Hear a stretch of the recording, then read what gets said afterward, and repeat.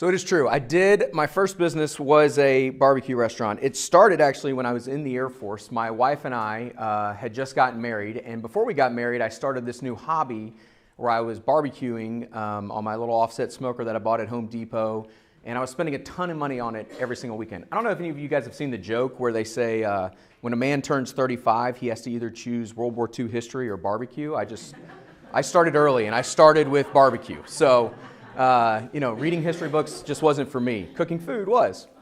My wife, though, I love her to death, but she does not love smoked meats every single weekend. I don't know if you feel that way, but she was not into that. And we did this thing where we joined our bank accounts after we got married. And then all of a sudden, we started having these money conversations with each other. And then one day, we had a real serious discussion about this new hobby that I had. And she let me know that I was no longer allowed to do it. And she probably was right. But what I ended up doing in my very, sassy new husband voice was, if I sell enough to break even, you can't give me a hard time about it. And so then I went to my office in the Air Force like a sort of like barbecue drug dealer and walked around to people and I was like, hey, do you want to try one of these ribs that I made at my house in my kitchen that's not health department approved? You're in? All right, I'm back in the barbecue business. Great. And somebody said yes. And then I handed out another one and somebody said yes. And I only needed to sell 2 racks to break even. So I broke even and I was accidentally officially in business. And I don't know how many of you are actually business owners in the room today, but like a lot of times you end up being accidentally in business. And some of you may be marketers and you're accidentally in marketing. Your degree doesn't always line up with what you actually do. A business degree is very broad and they don't give you a ton of deep information on marketing. I don't know if you guys have ever seen a T-shaped marketer graph on the internet, but it's like the number of disciplines across all the different ways you do marketing, it's insane. And so that was what we were facing in this moment. I was trying to learn how to run a barbecue restaurant, partner with my family. My parents were my business partners, which I don't know if any of you are in family businesses, but God bless you. I feel your pain. And on top of that, I had to learn how to get people to come eat barbecue at this very shady tent. Raise a hand, I don't think you should come here, but we had a smoker, we had tables, come eat. And the logo was the only thing I think we did right from a branding standpoint from day one. That was our logo. And that's actually a lie. Our first logo I did in PowerPoint and it was terrible. So over the years, I wasted a ton of money on marketing and just kept going back to the internet and getting stuck learning from this internet guru or this guy that owned a marketing company or something. And what I ended up finding out was people just wanted to take my money and nobody wanted to help. And the problem was random acts of marketing. It's like I knew my business better than anybody else. Everybody else didn't really know my business as well as I did, but I didn't know anything about marketing. I knew how to make good barbecue, I thought. I knew how to build a team and run a business and all those things, but how do I get people to actually come at a level? So then, over the next 10 years, I got really obsessed with marketing and I had to figure out a plan. Systems are a huge thing for restaurants, especially. You guys are in the coffee business, right? You got to have systems. We close down like this, we open like this, we make coffee like this, it roasts like this. It has to be repeatable if you ever want to actually scale and grow your business. And I'll say this about marketing. Back in the day, there was 5 channels, TV, billboards, print in some way, magazines, whatever, and then direct mail and radio. And now we have all of these options. And this isn't even all of them, because I don't know if you saw this, but Netflix now has a cheap person version and you can get ads on Netflix. Spotify premium people, not for you.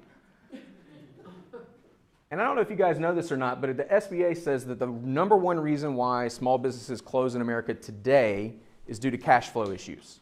And I don't know if you know how to waste money in business, but I do, because I did it for several years until I finally figured out a plan that worked.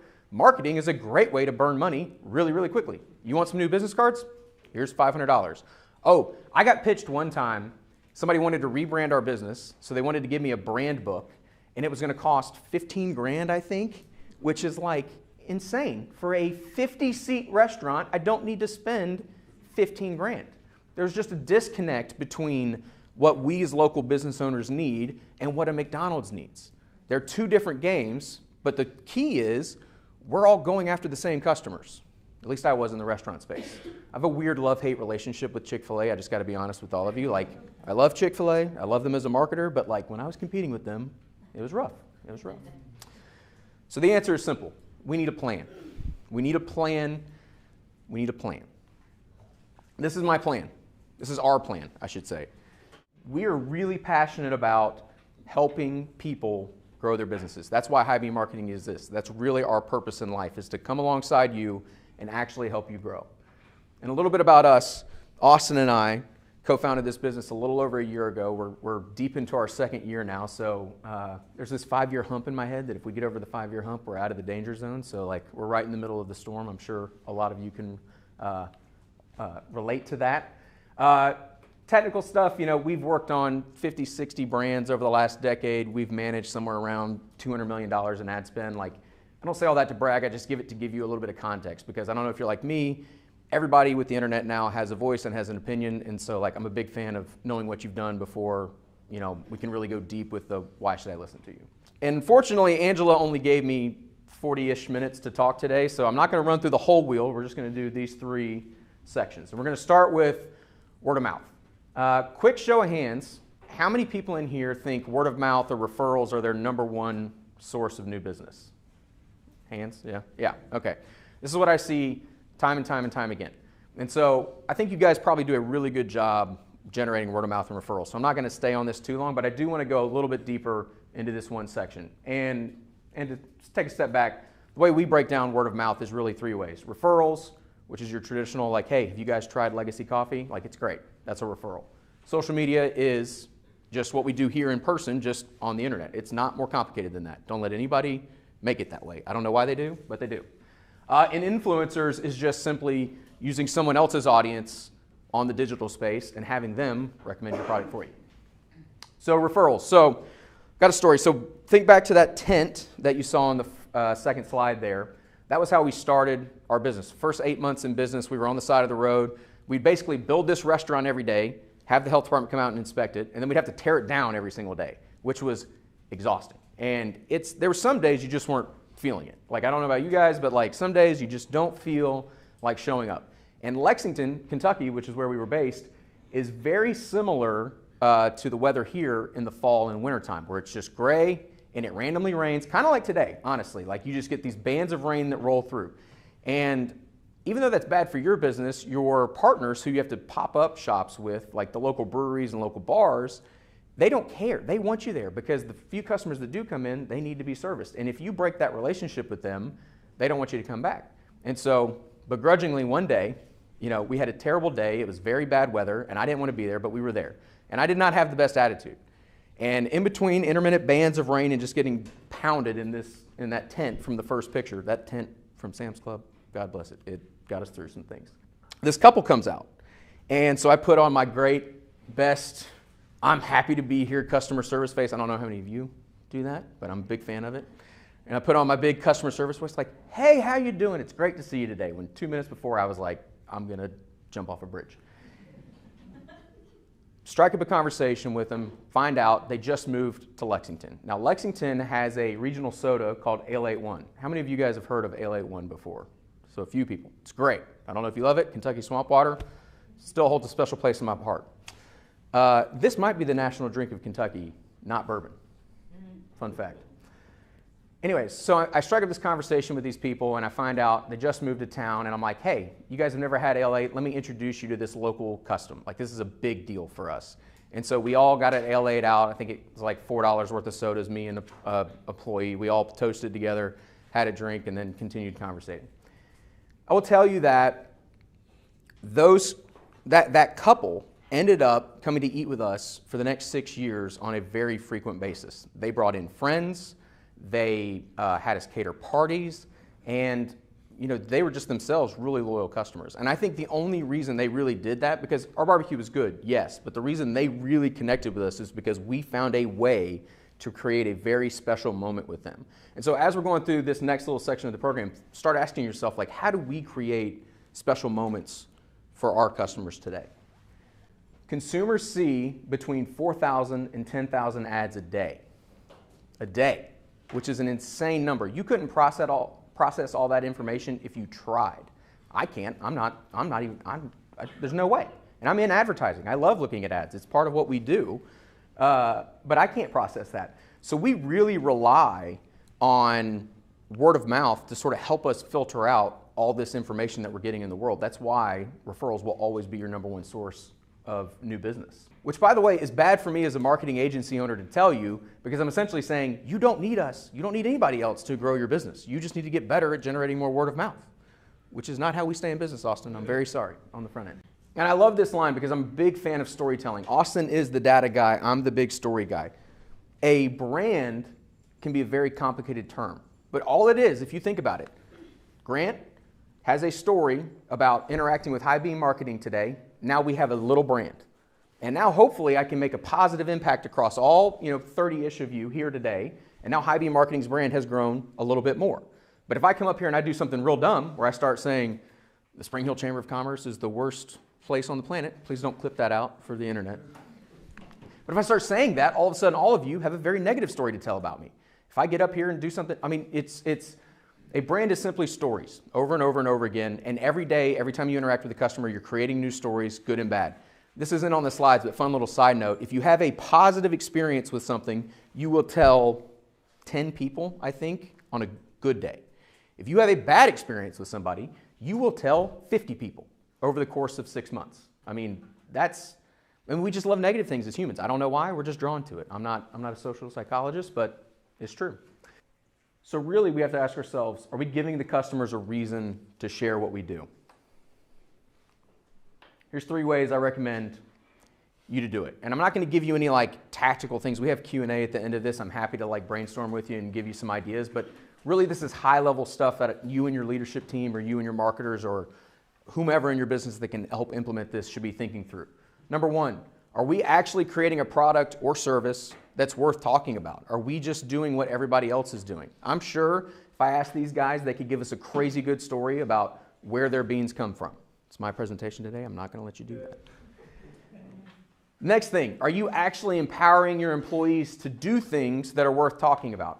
All of us have seen a news headline with Chick-fil-A's employee has done something, like they saved a grandma and a dog at the same time while it was pouring rain.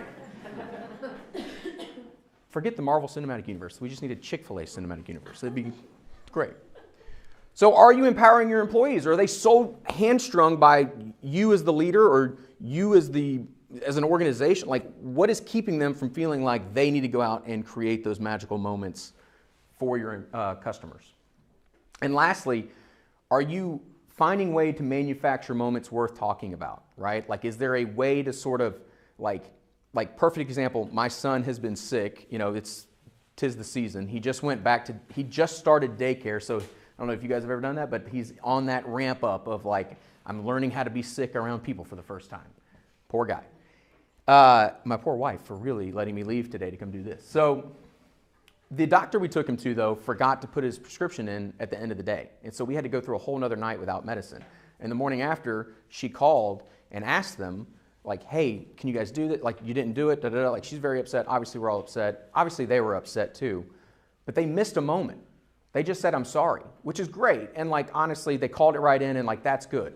But they had a chance to really do something crazy and take a really bad situation and make it a story that I could have come up here and told you all about today, where I'd be like, oh, this pediatric place, you should send all your kids to. But now I'm not going to tell you what it is because it wasn't a super great experience. You see how word of mouth works?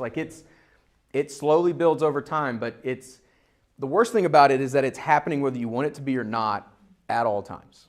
And I don't think we spend enough time thinking about it. I think a lot of us are so busy just in the day-to-day trying to get through things that it's impossible, or we never make the space even to figure out ways to make these 3 things happen. So go with that. Paid advertising. We break it up into 3 buckets. Again, this is really where Austin shines as my co-founder. He is a paid advertising wizard. He deals with the Facebook and the Google people and I don't have to. And I love him for that. I love you for that. Thank you. We break it up into 3 buckets, which he did not want me to. He wanted me to let you know that there are many more buckets, but I said, Austin, we're just giving him 3 buckets today. We're going to keep it simple. There's creative, what's in the ad. There's traditional advertising, which is just really anything out in the real world. And then there's the digital advertising stuff. And this is stuff you pay to have your message or video or whatever it is actually promoted on somebody else's platform. So I have another barbecue story. We had gotten out of the tent and we got into this gas station on the side of the road. We're always on the side of the road. It's never like a nice, like built out place. Like we're always in a hobo town. It's crazy. And this gas station was next to an hourly hotel, and it was next to a liquor store and a gas station. And then we had like a little 25-seat restaurant right there next to it. And I very quickly was like, oh, we've increased expenses. We have rent. We have utilities. We have all this stuff. We need to drive more customers here. But where we were in Lexington, this was on the outskirts of town, so way out of the way. And it was on a road that was like a 4-lane road where you're doing 70 in a 55, and everybody just does it, and it's fine. So nobody's stopping as they fly by and go, oh, there's kind of the weird shady area of town. I didn't know they had a barbecue restaurant there.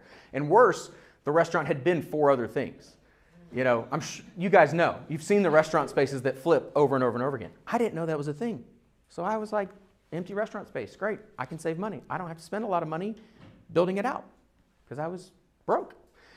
So then this salesperson comes in one day and says, hey, you know, what are you guys doing to advertise your business? And then I start describing all the random acts of marketing I was doing, and none of it really seemed to be working. And they go, well, look, I have the answer to your prayer. I have a billboard, and it's a big, giant, shiny digital billboard that's lit up and beautiful, and it's right next to Sam's Club. And so everybody that comes out of Sam's Club is going to be really excited and definitely not full on all the samples they just had and sick of all the money they just spent. They're going to love the idea of coming to your restaurant and seeing this billboard, and they're going to come right away and make it happen. And I was like, great, sign me up. $2,500 a month. We did it for 2 months. And at that time, the way we were structured, we were open 5 days a week. So I worked at the front of the house. My mom and dad worked in the back of the house. I asked every single customer who came in how they heard about us because, like many of you, I was very concerned about cash flow. And all of a sudden, I was spending $2,500 on a restaurant that was, I don't even think we made $2,500 in profit that first month. I was like sending this cash out the door, and I needed it to come back. So I asked everybody, how'd you hear about us? How'd you hear about us? How'd you hear about us? And I started hearing, oh, so-and-so told me about it. John told me about it. Sally told me about it. My friend who I'm standing next to is the reason that I'm here today. Why are you asking me this question? He just told you that. Over the course of 2 months, 3 people said they saw the billboard, and that's why they came in. And we were averaging tickets around $15, so that's $45 divided by $5,000. I'm not the math data guy. He'll tell me what that ROI was. It was basically 0. We made no money, and now I was out $5,000, which in a 10% margin business on $6 sandwiches is a bad idea. You are not going to be around long. That's why restaurants spin out so fast. I want to say this. Don't rely on another salesperson to advertise your business. They're very good at selling their thing. That does not make them very good at selling your thing. Say it again because we've all fallen for it. They're very good at selling your thing. By the way, I'm very good at selling advertising. Don't let me trick you if you don't need it, right? We try to be ethical. We try not to do that, but you know, buyer beware, right? In 2023, $300 billion will be spent on advertising across all channels, which is just an unfathomably large number. I think at LYles Barbecue's peak, we were spending $5,000 or $6,000 a month. At Hy-Vee Marketing, all the ads we manage for people does not put a dent in this, right? It is a ton of money. Your Chick-fil-A's, McDonald's, Nike's, etc., all the e-com brands in the world are spending a ton of money on these platforms. But that doesn't make up all of Google and Facebook's revenue, right? They need all of us to go hit the little blue boost button and just promote the post in the feed, right? And then you think you're advertising, you think you've done something because you want to get that desperate organic reach back. You want desperately to get that organic reach back from like 2015, 2016, but it's not coming back. And now you got to pay to play. And they're happy to take your money. And by the way, when all of us in the room start advertising on those platforms, it adds up quickly. And all of a sudden, all of us in this room are just like a McDonald's or a Nike. You've got a serious ad budget when combined. I frame it so that I can say this. You want the right person to help. I spent a lot of money in the barbecue days refusing to get a guy. You know, my dad had a rule. I was telling somebody about this earlier. My dad had a rule that you need a guy. It's the need a guy rule. Austin gets sick of me because I'm always telling him, like, he's like, we should be bootstrapping. We should go do this and figure it out. And I'm like, hey, man, we're doing okay. Like, we should get a guy. You need a guy. Like, otherwise, you're going to have to figure out how to do it. And, like, I had to change my brakes one time because I didn't go get a guy and I didn't listen to my dad. And I was like, I can figure this out. I can Google it, right? I can figure it out. Google's a great thing. I'll figure it out. All of a sudden, I don't know how many of you work on cars. I got air in the line, which means you have to breathe the brake line, which is like a It took me 2 hours to do, and I'm sure I did that wrong. So like, you're not supposed to get air in the line when you're changing your brakes. Didn't know that. And it was a whole thing. I should have just found a partner to help, because then I could have gone and done the thing I was really good at while they did their thing they were really good at. That's how an economy works, right? That's why all of you, I get smoothies from you, because I don't want to have to make them in my Vitamix at the house, right? It's much easier to just be at Target with my wife for the 400,000th time this week and just roll through and get a smoothie. Get a guy. But then you ask me, like, how do we get a guy? Because they're all good-looking guys or girls, and they all have, you know, they all say the right things, they all do the right things, supposedly, and then I start paying them, and all of a sudden, they're not that person anymore. Here's the 5 things we've seen time and time again, and that we at Highbeam really stress that we make sure we line up all 5 points. Do they have a proven track record with a business in your vicinity? Size, right? Because if you're doing $350,000 a year in sales and you get a Facebook advertiser to come into your building and he goes, hey, you should spend 10 grand a month on Facebook ads. And you go, we're only doing 30, 40,000 a month in revenue. Like, I'm not doing a third on marketing. That's insane. It is insane. But they don't have any, they don't understand your business or where you're at, right? And that leads me to number 2. They need to have a whole business mindset. Marketers, and I'm one of them, we love marketing. We love the thing. Like the stories I was telling you about, like I would put all of you on reality TV if I could do it. You think you all should have a reality TV show. But that's not actually good advice. That's what I want. That's not what your business needs. Make sure that person you bring in is able to step back, look at your whole business, and speak into that versus just what they want. Do they actually communicate, right? And this sometimes you can't figure out until you actually start sending them money, because all of a sudden it's like, hey, you were very interested in talking to me, and now that we have officially joined, you've disappeared. What happened? If they disappear in the first, I would say 90 days, like especially, that is a trend that will continue for the entirety of your relationship with them, right? Do they fit your company culture? These people are going to be on calls with you. They might be on calls with clients you have. They are basically an employee. That's how you should look at them. They're contractors or they're vendors or whatever, but they are part of the team. Because I promise, if I get on a Zoom call, I haven't done this yet. If I get on a Zoom call and I like cuss out one of your team members, and now that makes that person have a bad day, and now that person cusses out one of your customers, all of a sudden there's a chain event that started with me and I'm not even on the team. So avoid it.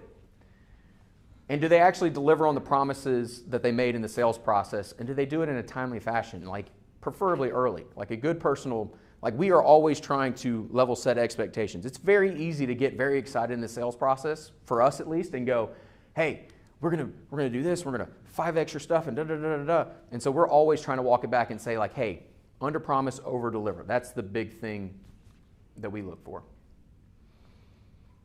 Next bucket, content marketing. There's a theme here. I have nothing but barbecue stories. I have no other stories. So this is my mom, Jennifer, and she grew up on a farm in South Georgia. She was really the art of the barbecue business. Like we got a very good business partnership. She was the art side. She grew up farm to table before it was cool. You know, I was the business side.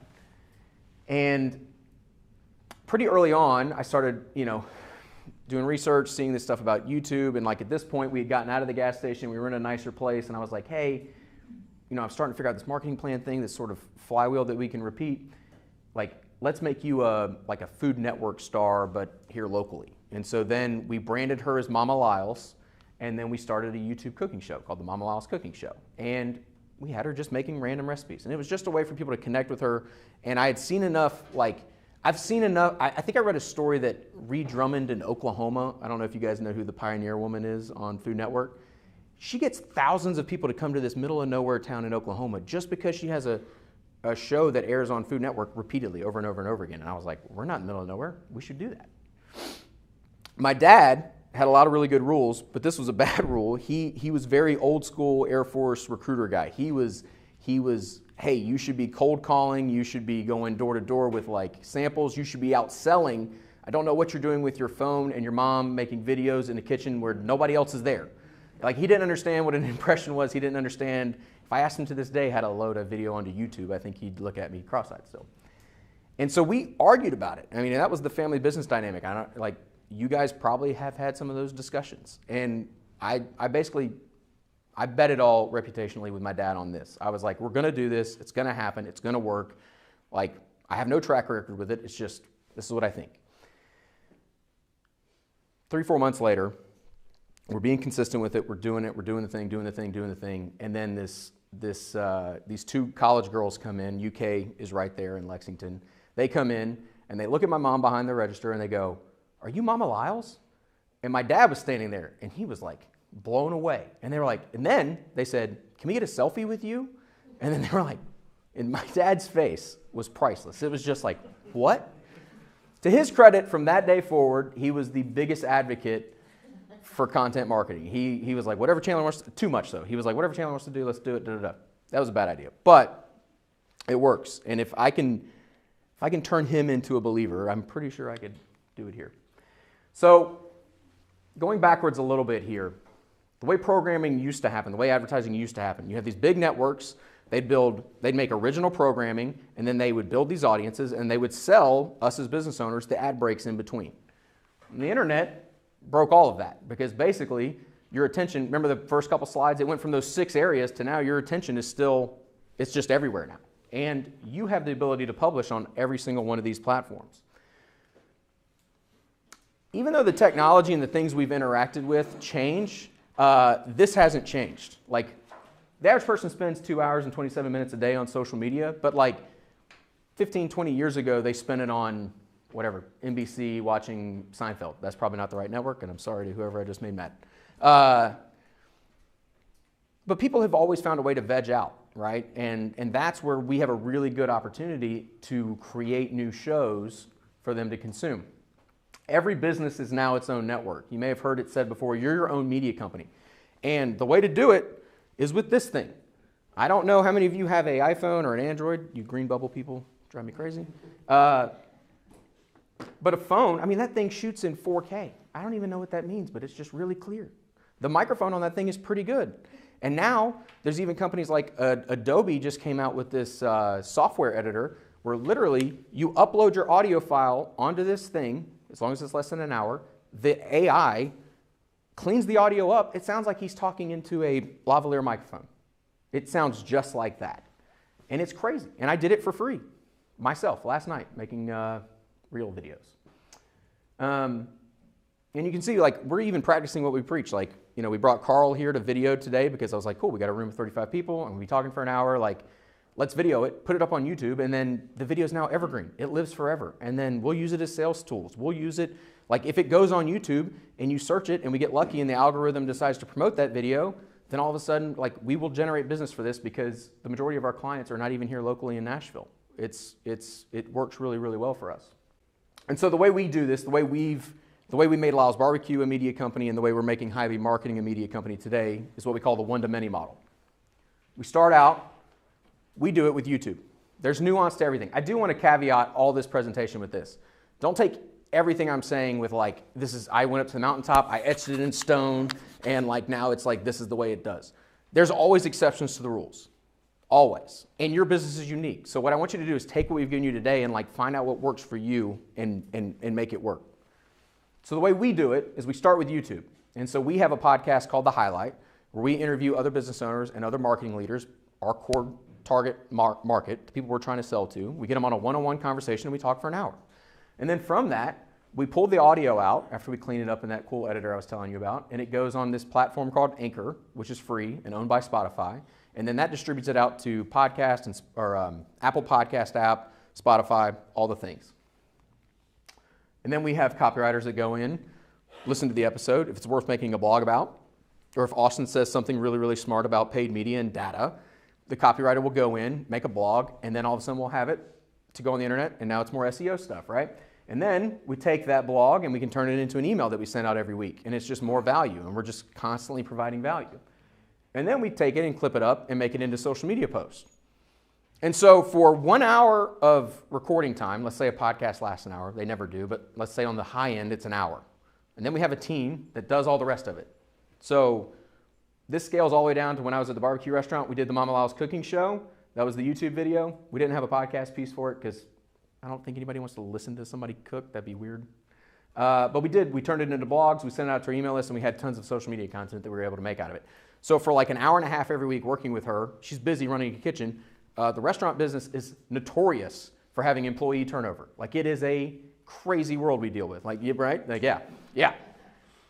And I'm sure, I mean, you guys are thinking, like, I already got so much other stuff to do. Like, there's a way with technology, the way things work now, you can do this consistently at a very small scale. No one binge watches ads. I will say, there's a little bit of a caveat here. My partners, I was showing them this slideshow to be like, hey, check for grammar. I wasn't looking for critiques on the actual content. Okay? I'm like, hey, make sure I didn't spell anything wrong. And Austin specifically goes, hey, you know people love those Old Spice ads. And I'm like, cool. Yeah, there's an exception to the rule. People love Old Spice ads. They love Nike ads. We all love Coca-Cola with the polar bears sliding down the whatever, right? And sometimes we'll binge watch Super Bowl ads, right? We're about to be in that season. But those are the exceptions. They are definitely not the rules. Because I watch most of the ads. I looked up everybody's company here today before we came in. And I've seen the ads. And we're trying to sell stuff because we're worried about cash flow. We're not doing content marketing. We're just trying to get more revenue in the door so we can stay open another week. And I get that. But nobody binge watches that stuff. They deal with it until they get to the next thing in their feed, or they hit the skip ad button on YouTube and they move on. You have an opportunity to build The Office, to build Friends, to build Ice Road Truckers, to build, how many of you guys watched Duck Dynasty when it was on TV a few years back? Yeah, big guilty pleasure for me. Like, I don't duck hunt. I've never duck hunted. Don't know the first thing about duck hunting. I love that show. I love those people. I bought duck calls, I bought stupid stickers, and they were everywhere because I was part of the tribe. I loved what they did. And you might say, like, oh, Chandler, that's TV. That's not what we're doing. And yeah, the scale is different and it's a little larger. But on a local level, like I will tell you, these guys do a really good job with video marketing. Like the stuff you guys do from a media standpoint, very, very good. Like people will see that locally because people care about what's happening locally a lot more than they care about what's happening nationally, right? I mean, you have a very unique opportunity and you're only limited by your creativity and your ability to go try things. Build a modern day show. I'll leave you with this, and we'll have Q&A at the end, and I'm happy to. We believe that information is free. We charge for context. So I will give you the answer to anything you want to do. I don't hide anything. There's no courses. There's no anything to sell. It's literally just information is free. When you're ready to hire somebody, we'd love to do it. We started working with a small gym in Indiana. It's like a 5,500 square foot facility. They have, it's like a big gymnastics area. They do Ninja Zone, which I don't know if any of your kids do that, but it's like the Ninja Warrior courses and all that stuff. They're running around doing all this stuff. And those guys got hammered when COVID happened. Sending kids to a gym full of other kids in crazy, who knows what's happening, pandemic, like, yeah, they got hammered. So they went from like 600 kids enrolled monthly to like 300, which 50% hit in revenue. I don't care what business you're in. I don't care what your margins are. Like, that's a big deal. So we met them early last year, and we walked them through this wheel. We did a strat-op plan with them. We helped them build all of that out. And then in October, we started working with them. And I will be honest, and I will be a little bit vulnerable with you guys. Maybe not. Just a little bit. Okay. Even though I love this stuff, and even though I've seen this happen over and over again, every time we do it for the first time with somebody new, we have a little bit of a moment where we go, I don't know if this is going to work, and I don't know if this is going to work for you. And so I freak out a little bit about that because I was in your shoes as brick and mortar small business owners, a lot of you, and I know what that's like. And killing your cash flow, being the billboard story for your keynote one day, keeps me up at night, and I'm very worried about it. So we started with them in October. We did the thing. We've been very diligent about it. We've been very consistent. Credit to them, they got a guy and they invested and they did the thing. And I think since we started, they're up 40% enrollment, and year over year, which is the more important metric because with that kind of thing, there's seasonality, they're up 25%, which is awesome. And in such a short period of time, because when I overpromised and so far we underpromised and so far have slightly over-delivered, is we tell people it's like a 12 to 18 month run. Like marketing is an investment just like the stock market. Like it's like if you need sales, hire salespeople. Get them to go do the thing. If you're doing marketing, it's a totally different thing. So we love working with them. We love working with small business owners. If any of you guys need help, please reach out. I love to be bought coffee. Love it. Thank you.